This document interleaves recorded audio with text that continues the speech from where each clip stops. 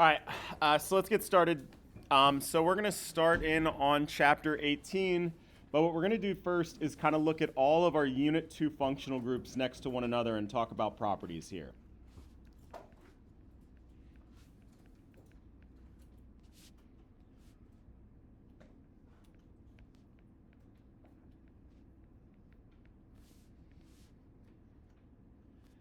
All right, so all these Unit 2 functional groups, all these functional groups we're going to be talking about in the second unit here.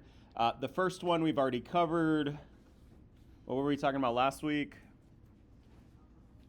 Alcohols.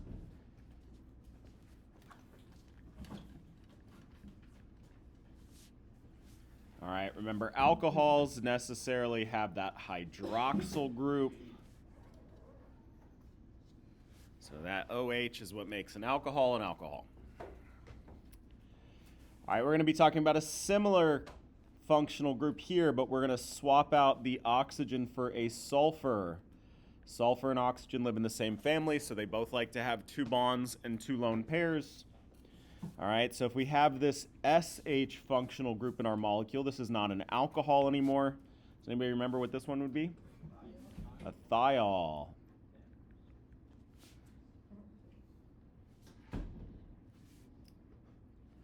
All right, we got another oxygen-containing functional group, but instead of putting it on the end of a molecule where it's going to be bonded to a hydrogen, we're going to put it in between two carbon atoms here.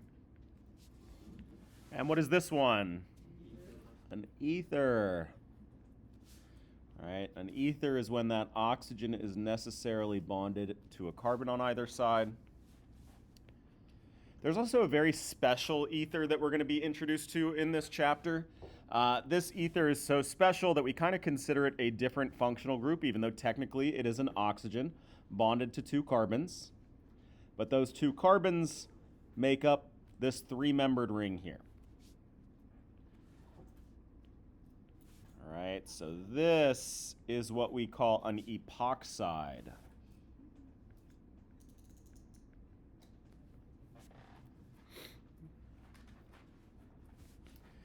Epoxides, technically ethers, but they behave very differently. So we kind of put them into their own category in terms of talking about reactions of that functional group. And then whereas an alcohol and a thiol are analogous to one another, if instead we put that sulfur in between those two carbon atoms, so analogous to an ether now, this is what we call a sulfide.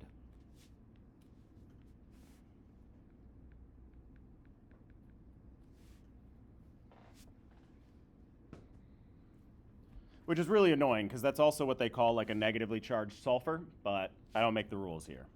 All right, so in terms of functional groups, that sulfur in between bonded to two carbons would be a sulfide. Okay, and these are these functional groups that we're going to be talking about in this chapter. What I want to do is sort of compare and contrast them in terms of their physical properties.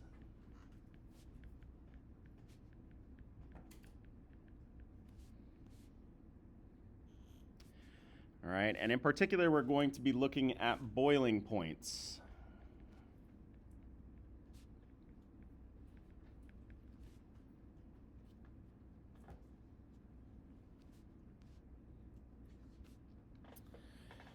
All right, and we like comparing molecules, especially those of similar size, in terms of their boiling point, because what information do we get about these molecules when we're looking at a boiling point of a substance? Right, particularly about their interactions with one another. Their intermolecular forces, right? So the strength of those intermolecular forces, boiling point here is just a stand-in measure for the strength of those intermolecular forces.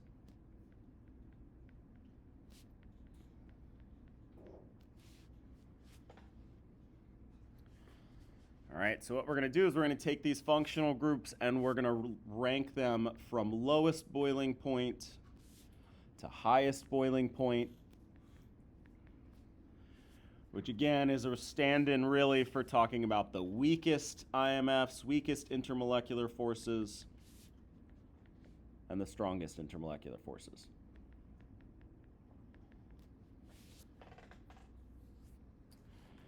All right, now we got to be careful. If we're going to compare different functional groups, we really have to compare molecules of similar sizes, right? Because the size of the molecule will also affect its boiling point.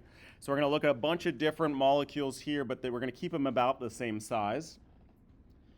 All right, again, going from lowest to highest. And actually what we're going to put down first is the absolute lowest boiling point we could have of about that size, an alkane.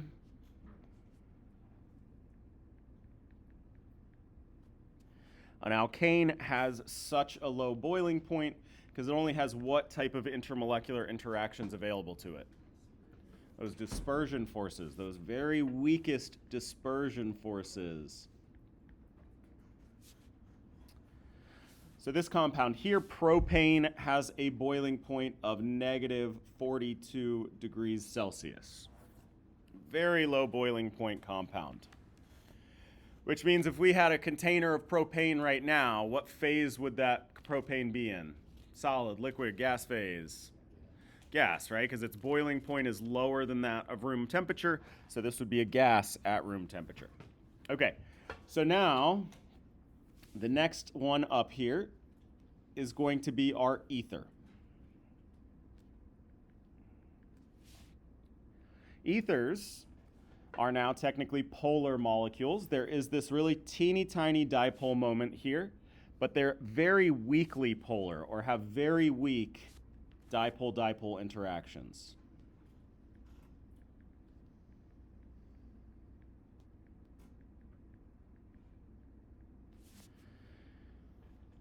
All right, so dipole interactions being stronger than dispersion forces, they're going to interact with neighboring molecules more strongly, but not that much more strongly, because their dipole-dipole interactions are kind of pretty weak. So now our boiling point increases to negative 24 degrees Celsius. This dimethyl ether here, still a gas at room temperature. Oh, and I should put, this is now an ether.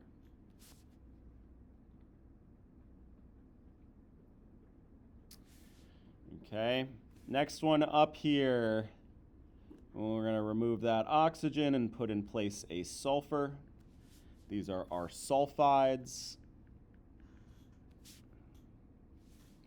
And these sulfides have a higher boiling point than our ethers. So now we're up to 35 degrees Celsius. Is this a polar molecule here, my sulfide? Yes. Yeah. Can it dipole-dipole interact with its neighbors? Yes. Can it hydrogen bond with its neighbors? No, right? So we don't have quite yet that next higher level up. This just has stronger dipole-dipole interactions. And the key difference here, all I've done is swap out sulfur for oxygen. So why would sulfur be that much better in these molecules of forming these dipole-dipole interactions? Larger, awesome. Yeah, atom size. What we call polarizability, right? The idea that these larger atoms don't hold on to their electrons very tightly. They have these squishy electron clouds that can move back and forth pretty easily. So dipole-dipole interactions, we're going to note they're stronger because S is more polarizable.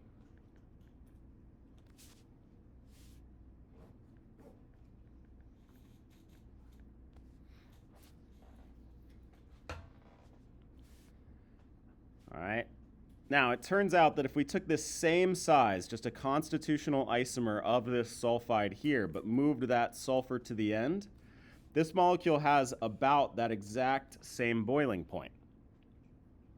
All right? Which is a little bit weird because it has this SH, but are SH bonds capable of hydrogen bonding? No. You got to be one of those small electronegative elements like oxygen, nitrogen, or fluorine. So this still just has those same dipole-dipole interactions. They're, of course, stronger because sulfur is a larger, more polarizable atom.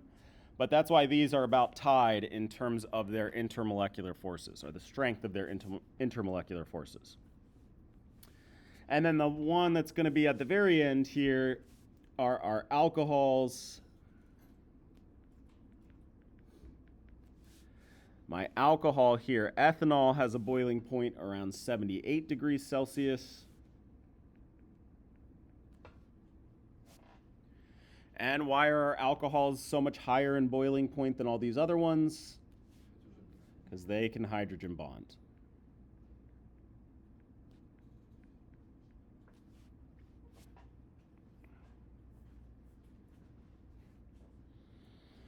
All right, now to be clear, these numbers I don't expect you to have memorized.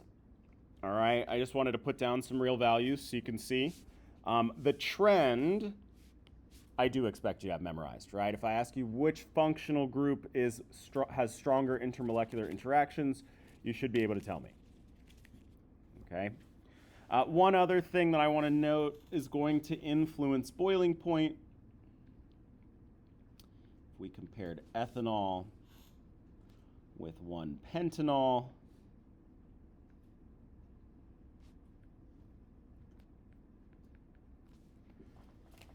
right.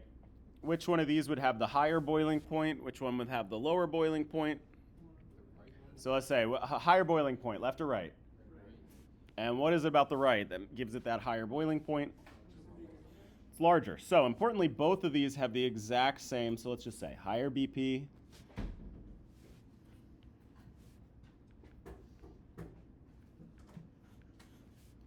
lower BP.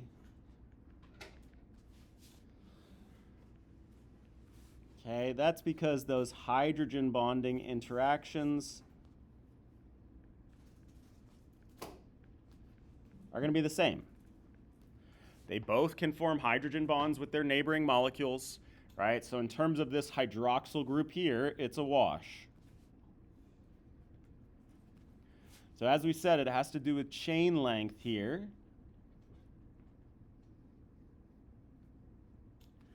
But what are our interactions that are increasing with our chain length? Which one of those intermolecular forces? Dispersion, all right? So dispersion forces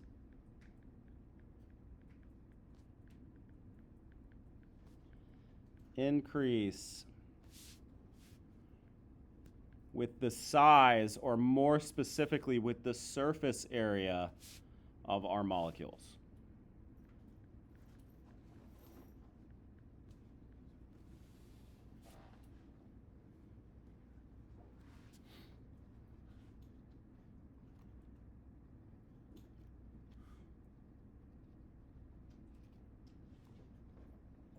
Okay, cool. So just wanted to take a second to discuss physical properties. These are all of our Unit 2 functional groups. I will say I ignored epoxides in this discussion. They behave similar to ethers, but they turn out to be super duper reactive, and we'll talk about that here in a second. We're actually going to start with ethers in terms of our reactions. So reactions of ethers.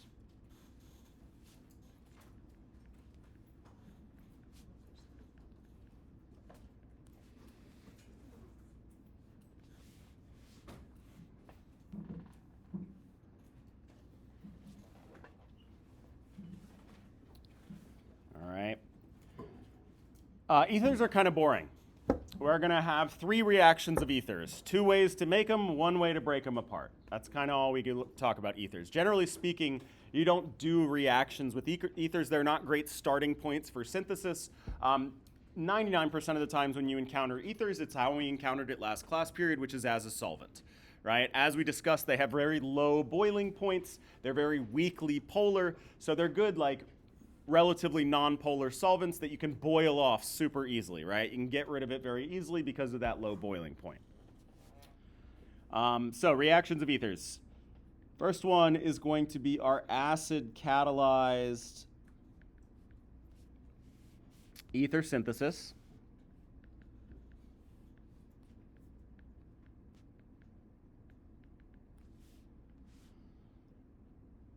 This is where we take 2 alcohols, or rather we take a sample of alcohol. We add in some concentrated sulfuric acid, and we apply some moderate heat.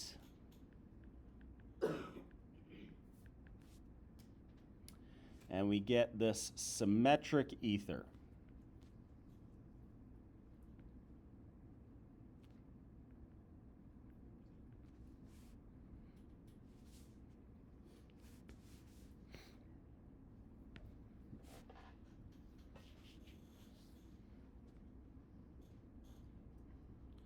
All right, so if these two carbons came from these carbons in my alcohol, where did the other carbons come from?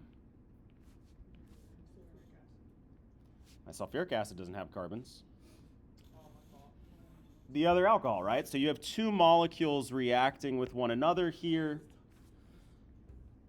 in order to form this symmetric ether. Which means if I'm going to balance this chemical equation, what other product must I have formed here? Yeah, awesome, right? So I got one oxygen still, but I'm missing this, and then these two here. So my other product would be water, which is why you will also hear this reaction called, correctly, a dehydration reaction.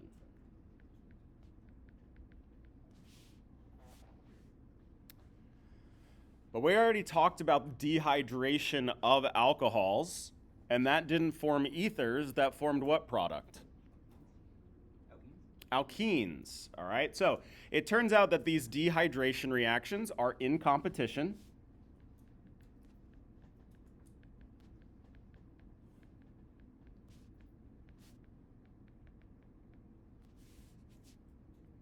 All right, so we're going to say it's in competition with alkene formation.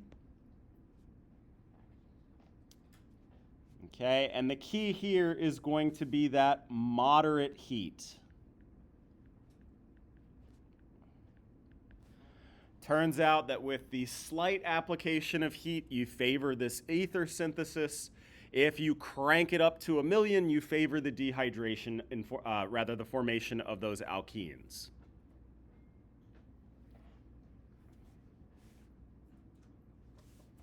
All right, so let's actually say ethers. That's moderate heat. Alkenes, that's high heat.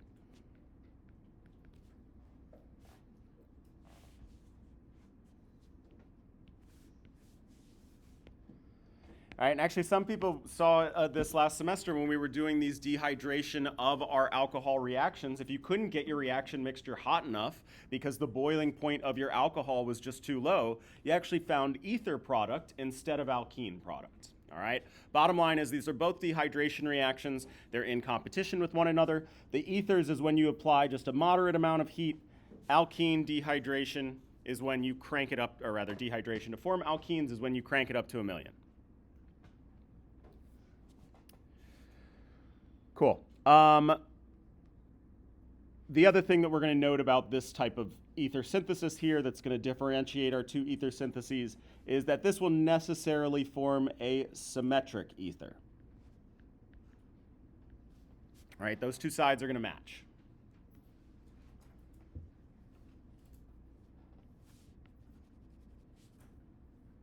Okay. Let's look at our reaction mechanism here.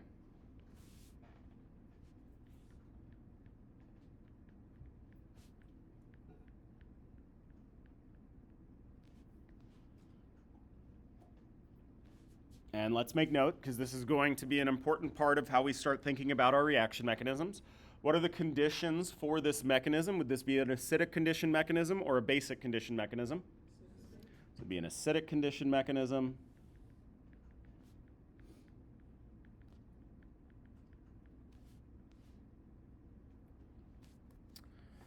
Cool, so remember, we're going to make sure we have no strong bases.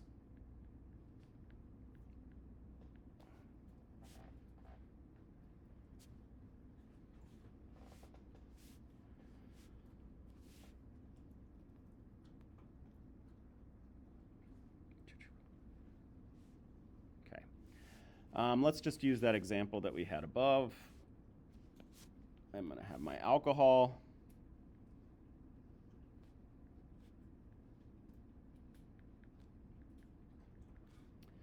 I'm going to have my sulfuric acid. I'm again going to do that lazy man's formula here for sulfuric acid.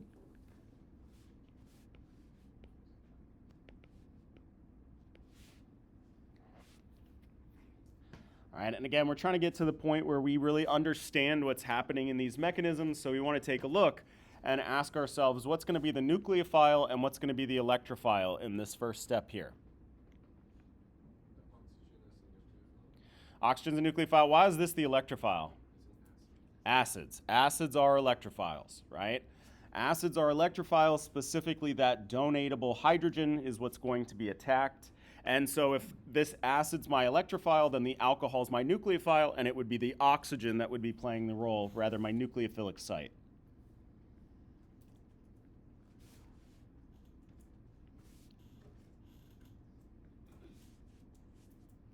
All right, so I want you to draw the intermediate. I'm going to tell you the next step involves that second molecule of alcohol. And I want you to, again, try to figure out what the nucleophile is going to be, what the electrophile is going to be, where your nucleophilic site is, where your electrophilic site is, and predict the next step in this mechanism here.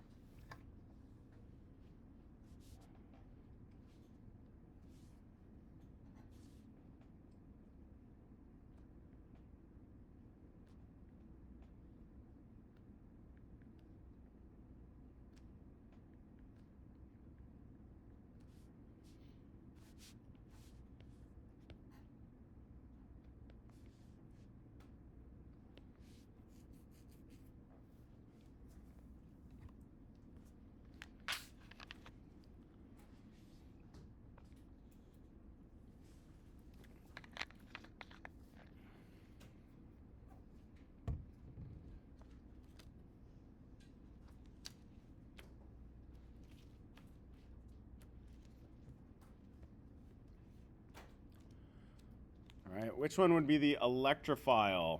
The one with the positive charge or the neutral one? All right, my positive charge, good way to spy an electrophile here, but what would be my electrophilic site? Yeah, importantly, this oxygen can't accept any more electrons, but it will play the role of what? What's this going to do?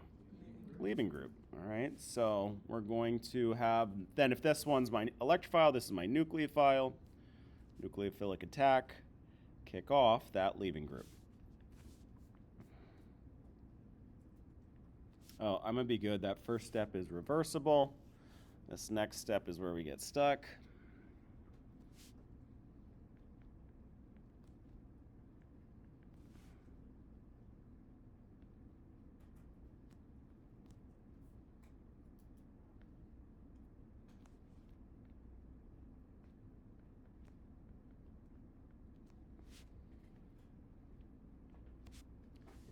All right, so we're almost there to our symmetric ether here.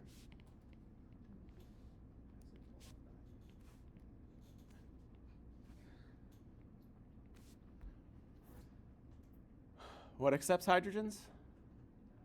Not an acid.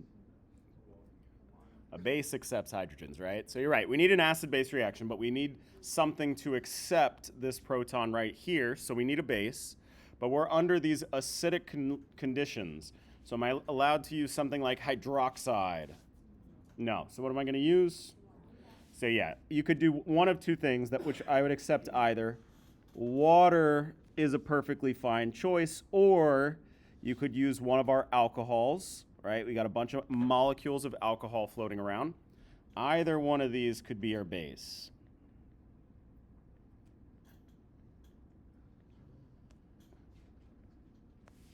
Probably more correct to say the alcohol, just given the concentrations, but whatever. That's okay. We got a water molecule. We just made it over here. It could definitely accept that proton. Leading to our ether product here.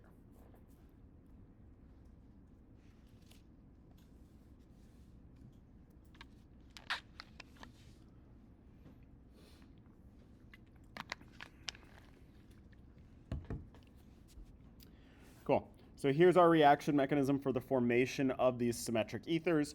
We kind of have this problem, similar problem to what we saw in our alcohols chapter, actually, the exact same problem, which is this hydroxyl group's a bad leaving group. So the first thing we need to do, the first step, is to convert that hydroxyl group into a better leaving group. All right, this converts the OH into a good leaving group.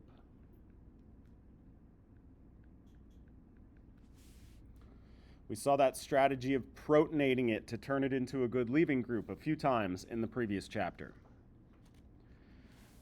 So next step, one molecule of alcohol is your nucleophile, the other one is your electrophile, and that forms our new carbon-oxygen bond.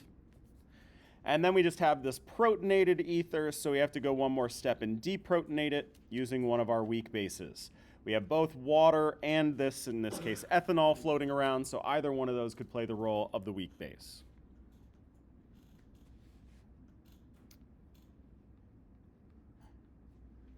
All right. Our next reaction is kind of the exact opposite. This is now an ether cleavage reaction, where we're going to take that ether and we're going to break it into these two parts.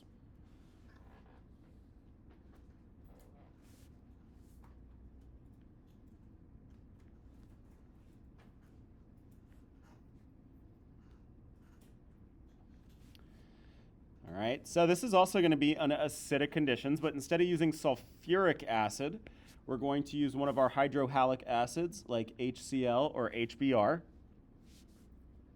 What we're going to see is that breaks this ether apart into an alcohol, and the other fragment becomes an alkyl halide.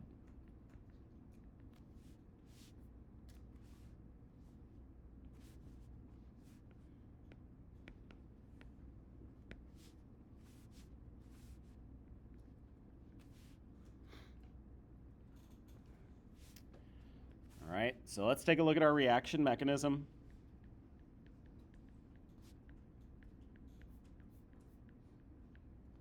But I want to use a slightly more complicated ether to prove a point here.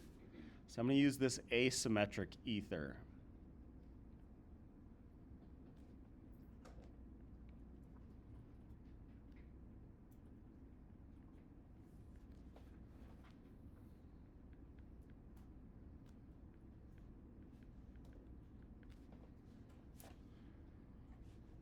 All right, and I want everybody to take a second and predict the first step in this reaction mechanism.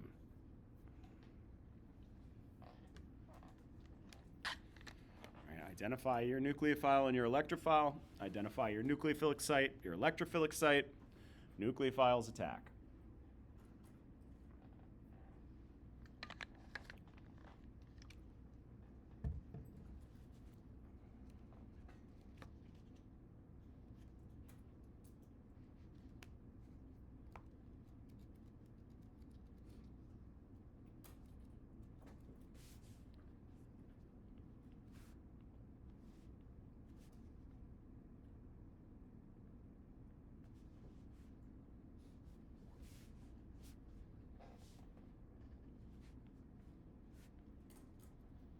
All right, the ether is going to be my nucleophile because the acid is my electrophile. Acids, electrophiles. That should be synonymous at this point. All right, I'm going to protonate that ether oxygen. Kicks off that chloride ion. I have this protonated ether.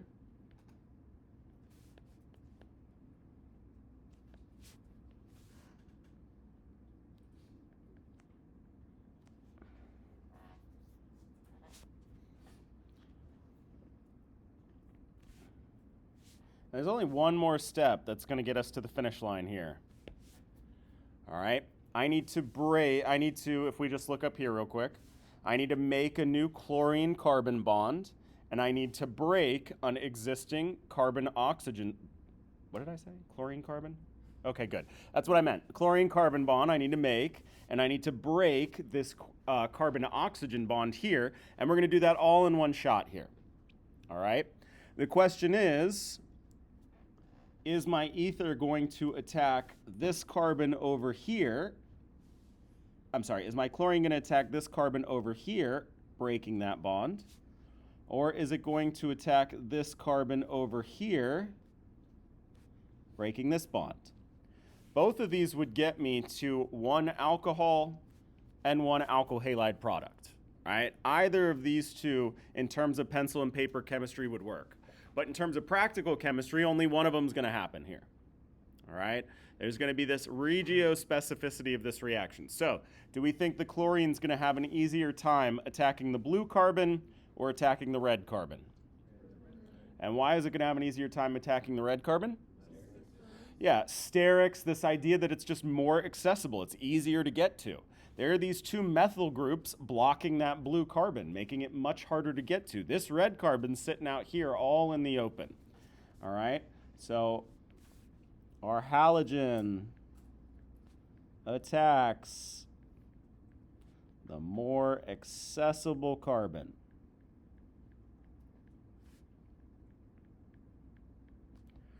We got a lot of mechanisms that we're going to learn today, and keeping this idea in mind, the fact that nucleophilic attack will happen preferentially at the more accessible electrophile is going to be a really common theme that all of them have in common.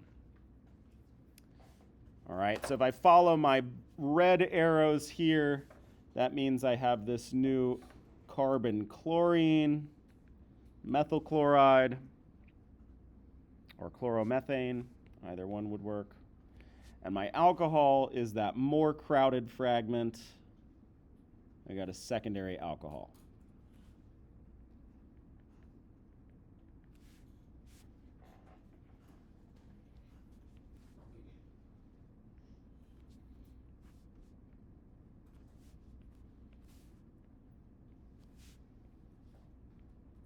All right, my halogen has attacked that more accessible carbon.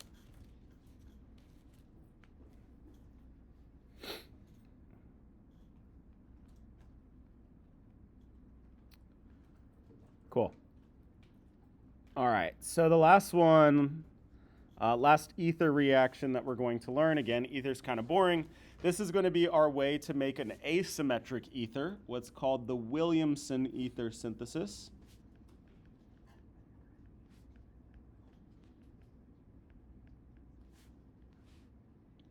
All right, again, we want to note this will create an asymmetric ether.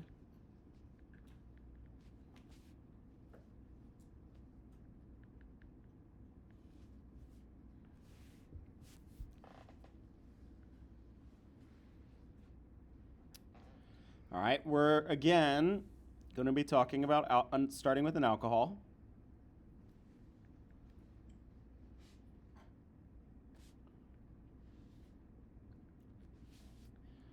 All right, but this is going to be this two-step process here, where first we add in what's called sodium hydride, NaH.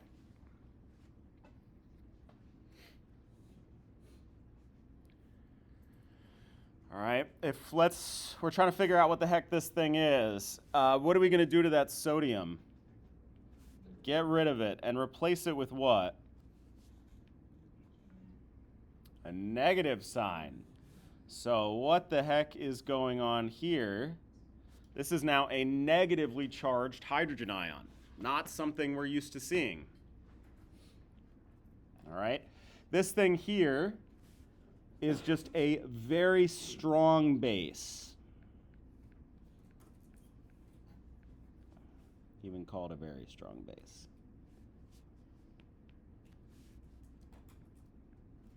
At 99% of the time when you see it, its job is to deprotonate an alcohol.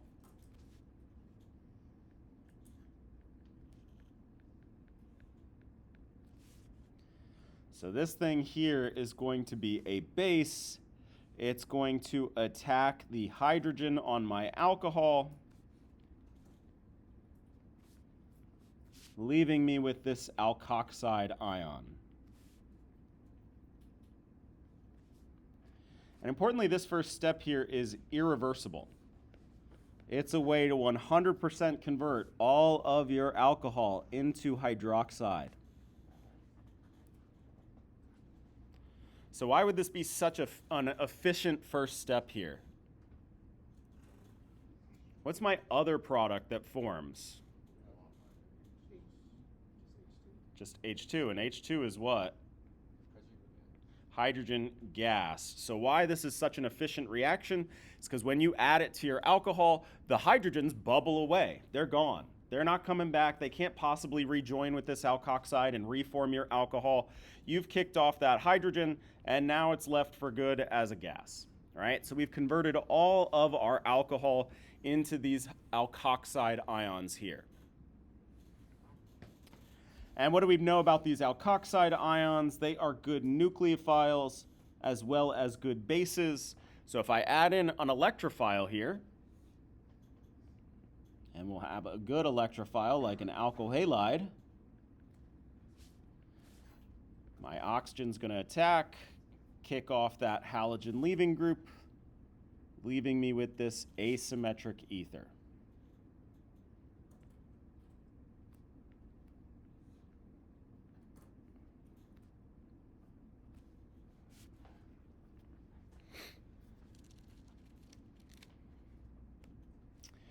All right, so step one in a Williamson ether synthesis is to add sodium hydride. Really, the hydrogen is playing the role of the base here.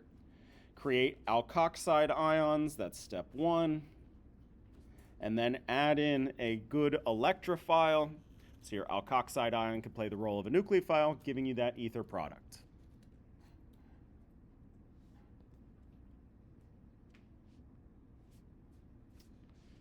All right. So let's say that I have this ether here. It's an asymmetric ether.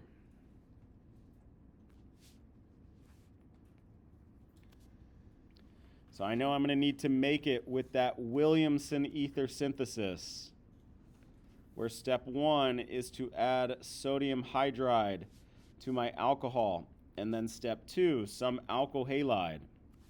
All right, everybody take a second, work backwards here. What alcohol and what alkyl halide would we use to create this ether?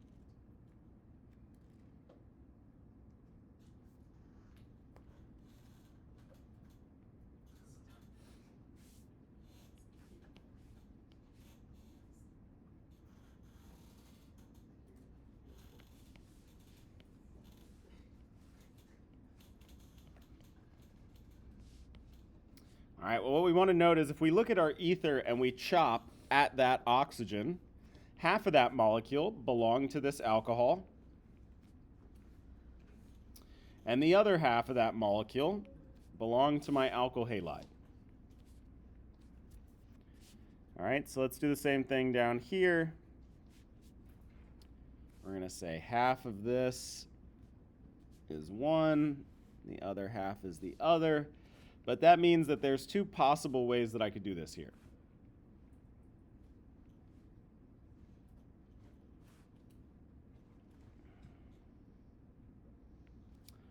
One is to say, all right, that green fragment is my alcohol.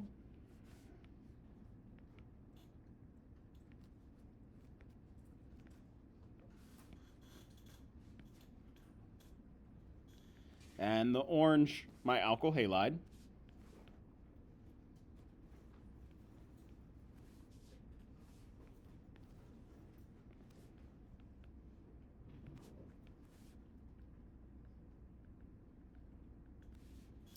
Or I could swap them.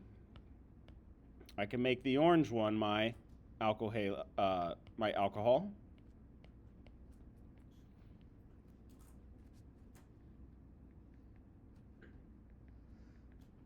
And the green one, my alkyl halide.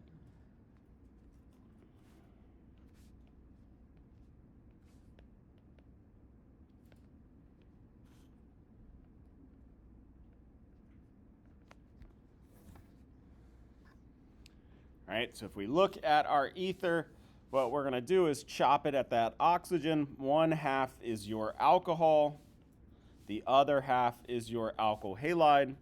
But I could then reassign, right? I could instead say this half's my alcohol and this half's my alkyl halide. All right, there are some reactions, like our Grignard, where we said it didn't matter. You could do either one of these paths perfectly as efficiently as the other. In this case here, one of these is going to be more preferable than the other one. All right, so let's think here. What was that first step doing, that sodium hydride? Deprotonating our alcohol. So let's just go here and deprotonate our alcohol.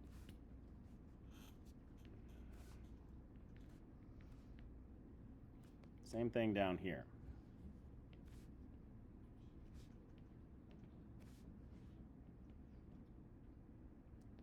And then the next step, these alkoxide ions, we're playing the role of what? Nucleophiles or electrophiles?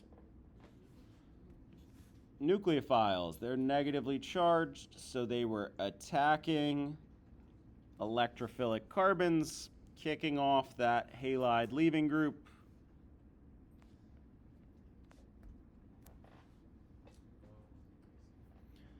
All right, so which one of these paths is going to be more favorable, the one on the top or the one on the bottom? And why the one on the top? More accessible carbon is getting attacked here, right? Our more accessible carbon is going to be much more efficiently attacked. In theory, you could do this, but it would be incredibly slow. You'd probably get crap yield. Actually, you couldn't even really do it. If we remember our competition with elimination, you'd be much more likely to have an elimination given a tertiary alkyl halide and this strong base here. Bottom line is, we want to have our electrophile be that more accessible carbon.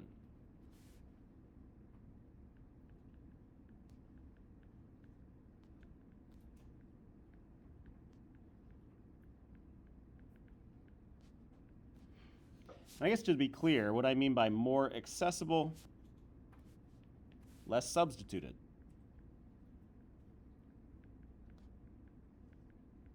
So primary carbons are going to be the best, primary alkyl halides are going to be the best electrophiles. Secondary alkyl halides, the next best. Tertiary alkyl halides, the worst. So if I'm given an ether here and I'm trying to work backwards, I'm going to make my more accessible, or my less substituted carbon, my electrophilic carbon. This half's going to be my alkyl halide. This half's going to be my alcohol. All right, so let's just summarize our ether reactions.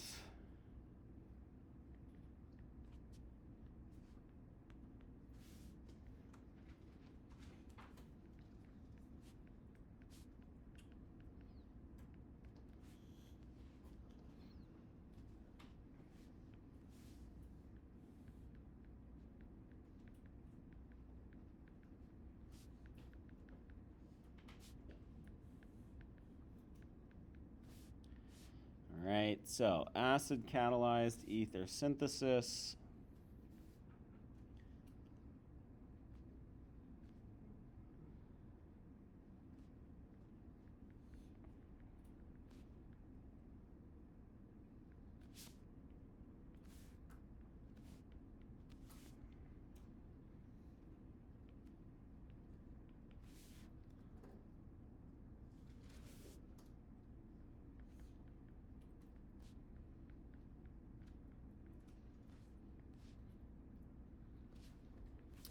All right, so I want you to complete this chemical equation here with this missing information.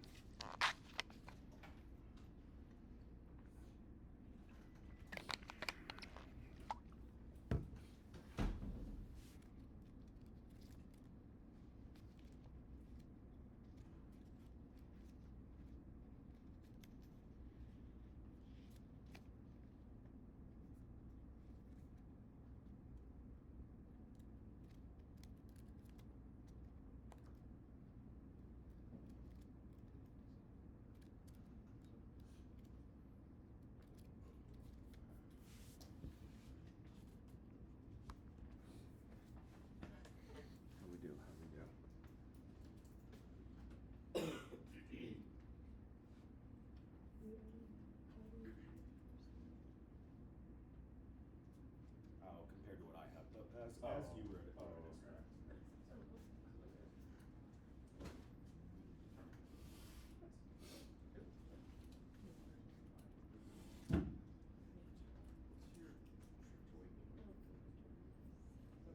Oh, it is correct. Literally, yeah.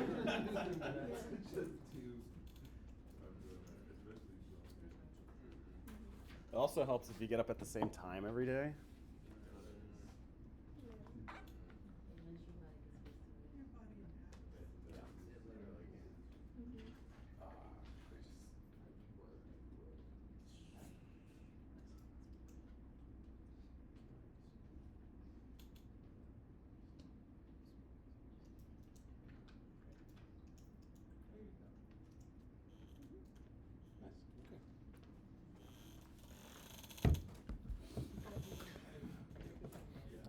Cool.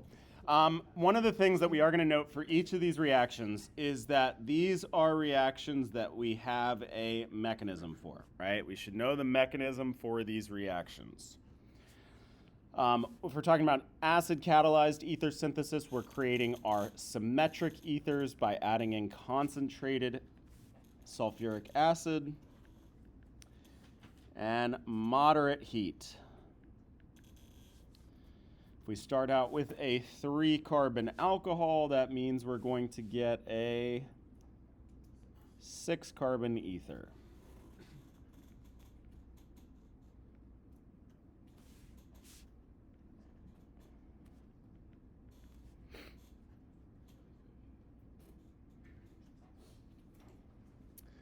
All right, ether cleavage. Also acid-catalyzed ether cleavage, same thing. We also have a mechanism for this.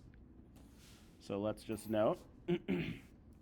This is now, again, under acidic conditions, but importantly under one of our hydrohalic acids, so HCl or HBr or HI. You don't really see that used quite as much. All right, but this is going to cleave this ether here in half. One fragment is going to be my alcohol. The other fragment, an alkyl halide. All right, but which one's which here? My alcohol is going to form on that more substituted carbon. My halide here is my nucleophile that attacks the less substituted carbon. All right, so we would call this our regioselectivity of this reaction.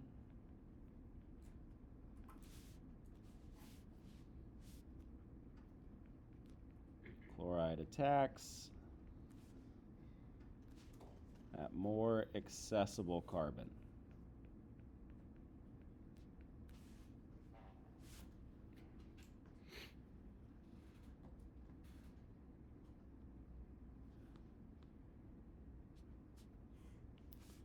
All right, and then the last one, our Williamson ether synthesis. Again, we have a mechanism that we should know for this one.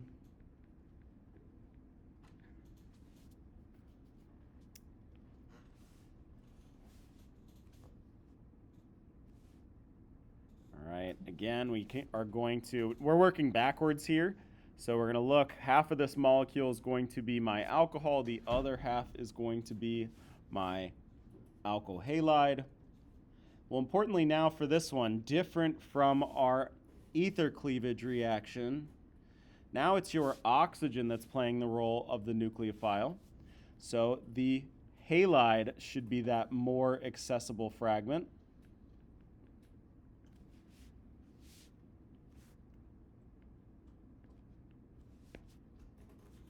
All right, so again, we're going to note we have this regioselectivity.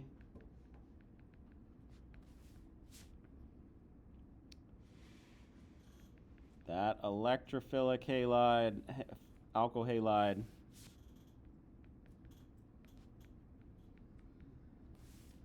should be that more accessible carbon.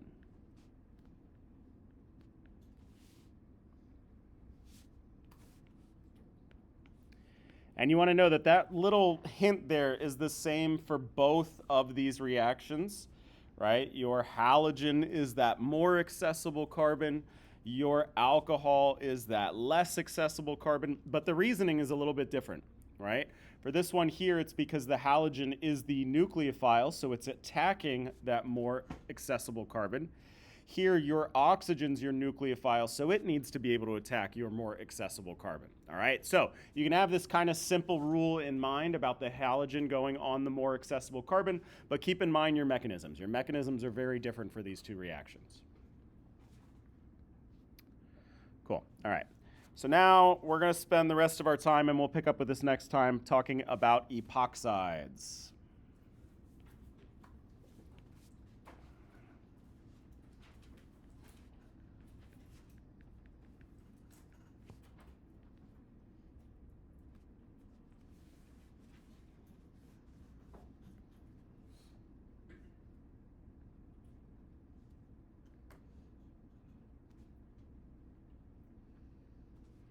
All right, so here's our simplest epoxide example.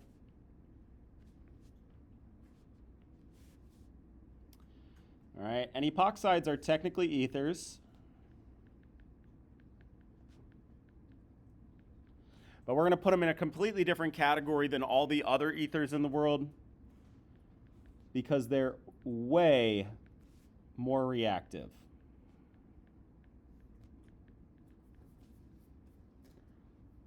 All right, what about this epoxide makes it so much more reactive?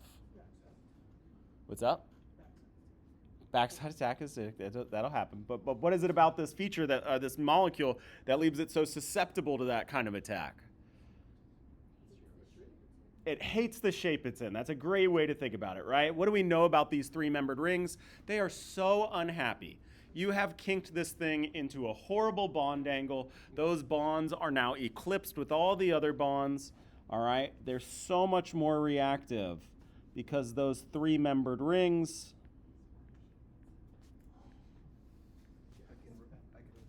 are very unstable.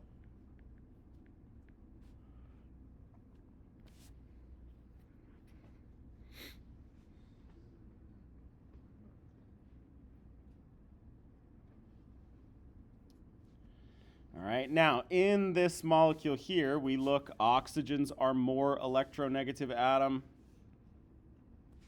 Carbons are less electronegative atom, so it's got this electron density being pulled away from it.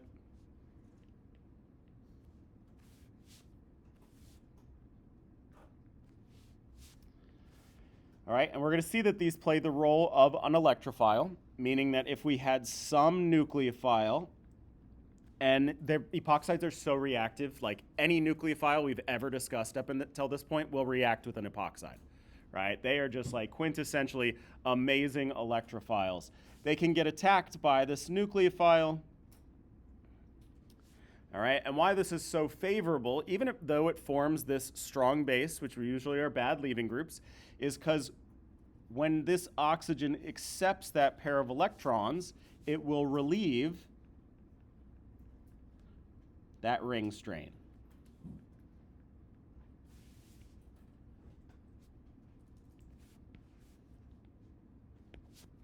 So epoxides undergo what are called ring opening reactions.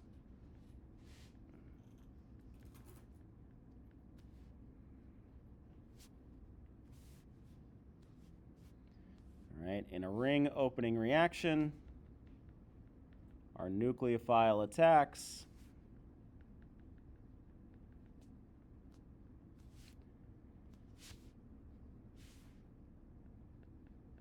Oxygen accepts electrons.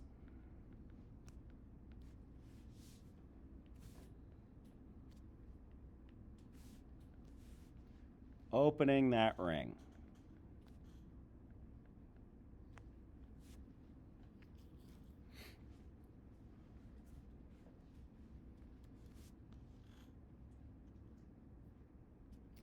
All right, so if we just want an example of a ring opening reaction,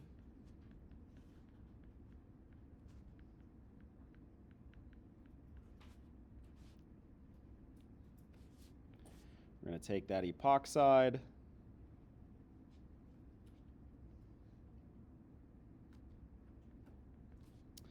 We're going to react it with some nucleophile.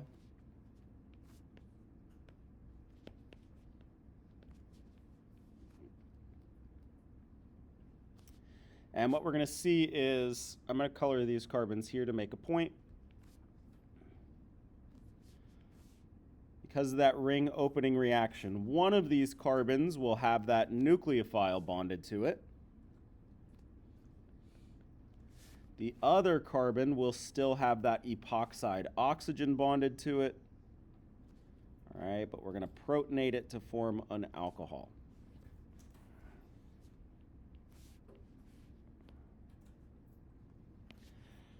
All right, so these are going to be kind of a little bit of a signature as to epoxide reactions. The fact that your nucleophile is added 1-2 carbons away from where that hydroxyl group is.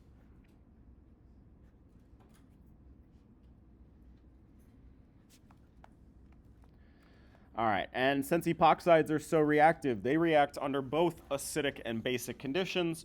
And so we're going to look at these two separately here. The first one we're going to look at are our basic ring opening reactions.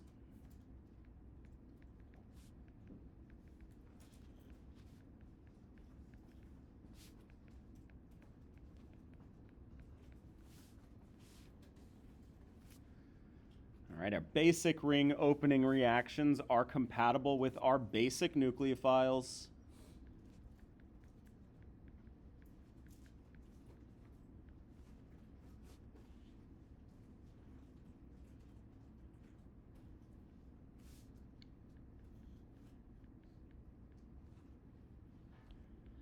All right, who's got an example of a basic nucleophile?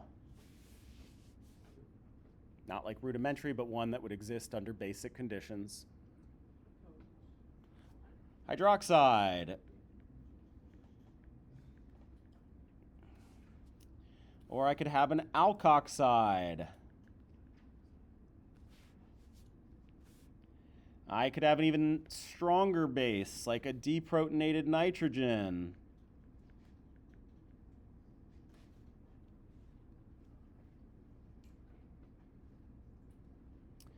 All right, and even these weaker bases, but they're still compatible with basic conditions, like my cyanide ion or my hydrogen sulfide ion or deprotonated thiol. What do these all have in common? That net negative charge.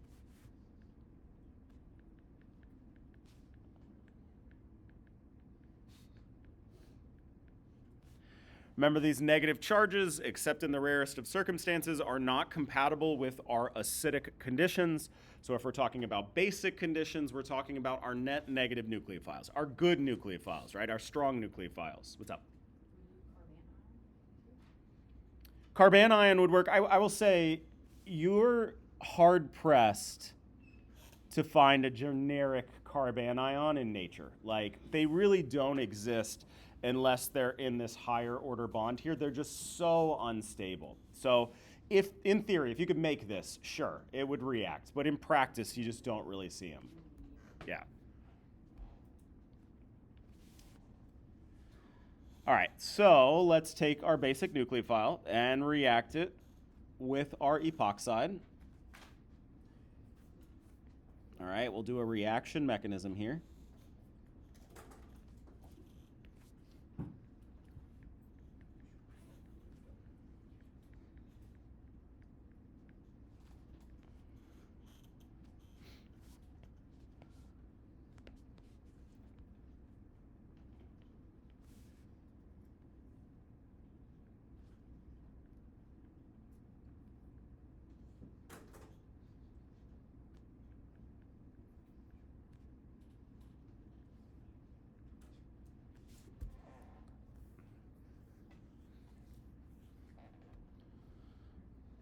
All right, I want everybody to predict what the first step is going to be here, just given what we've discussed. We've seen it before.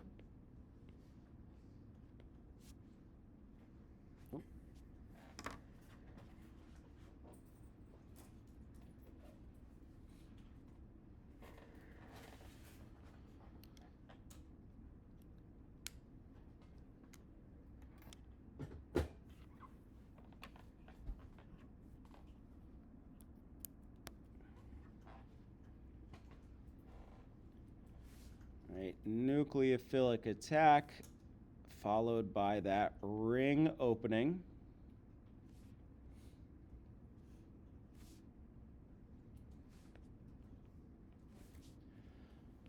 Again, I'm going to sort of keep track of these two carbons here because we're going to note that one of them has that nucleophile bonded to it.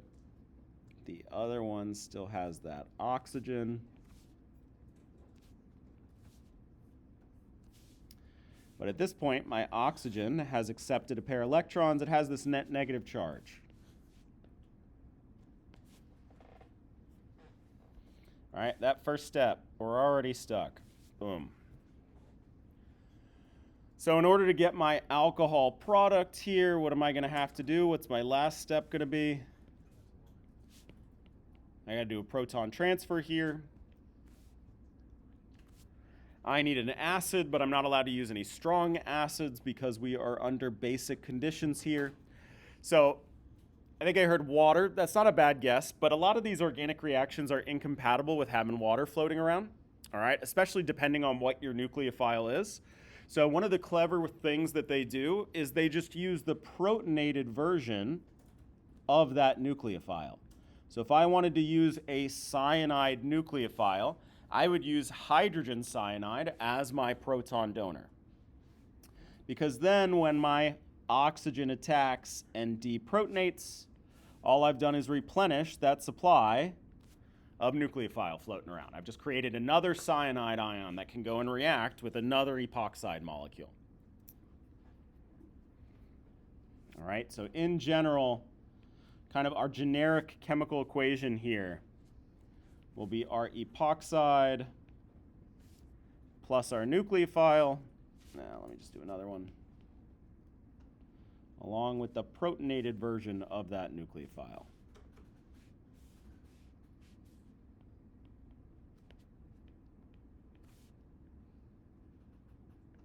All right, and our nucleophiles, although they're negatively charged, we buy them as a sodium salt or a potassium salt.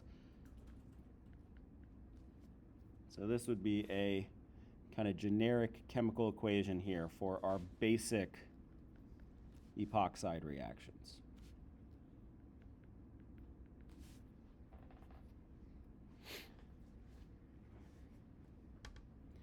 All right, I have one negatively charged nucleophile, the sodium salt, as well as my protonated form mixed in there.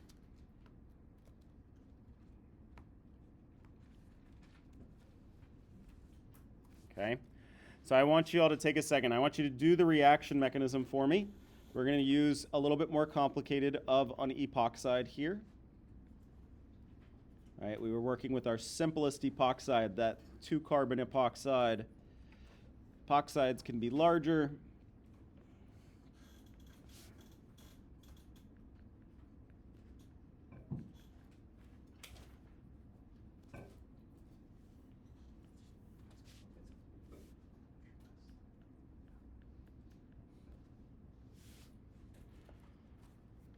I want you to do our full mechanism here to get us to our products.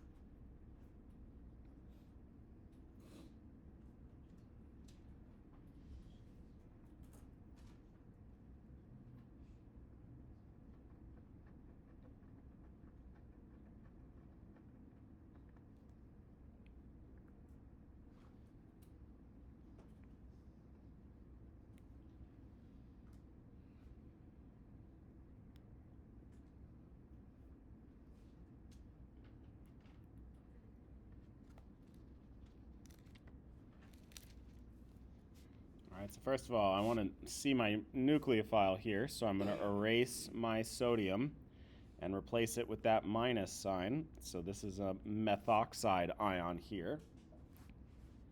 And I'll have this in a solution of methanol, where that neutral form will be my proton donor.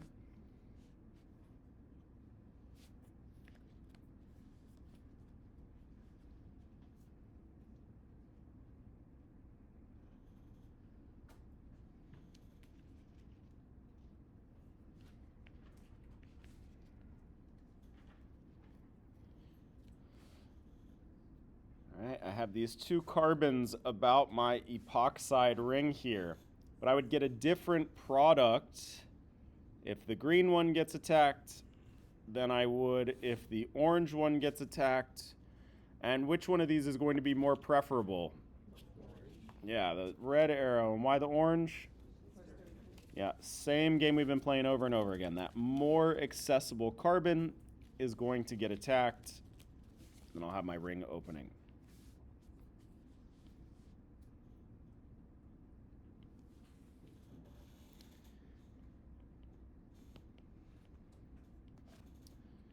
All right, so now I have that alkoxide on my green carbon.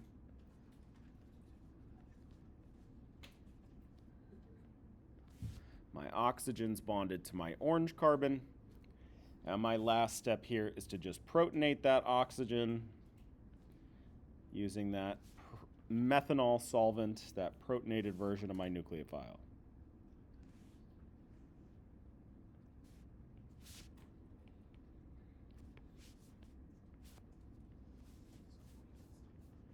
All right, and again, we want to note, because this is going to be a signature of our ring opening reactions, the nucleophile is always added 2 carbons away from where your hydroxyl group is.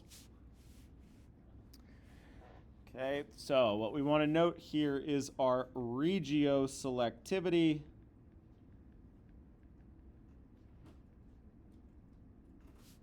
Where our nucleophile attacks that more accessible carbon.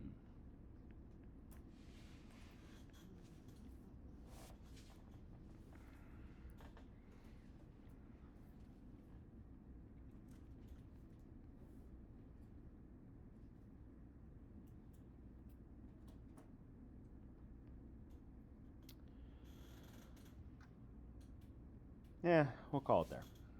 I don't want to cram this in 3 minutes here. What up? No, it's by definition a 3-membered ring. So it's always going to be a triangle shape.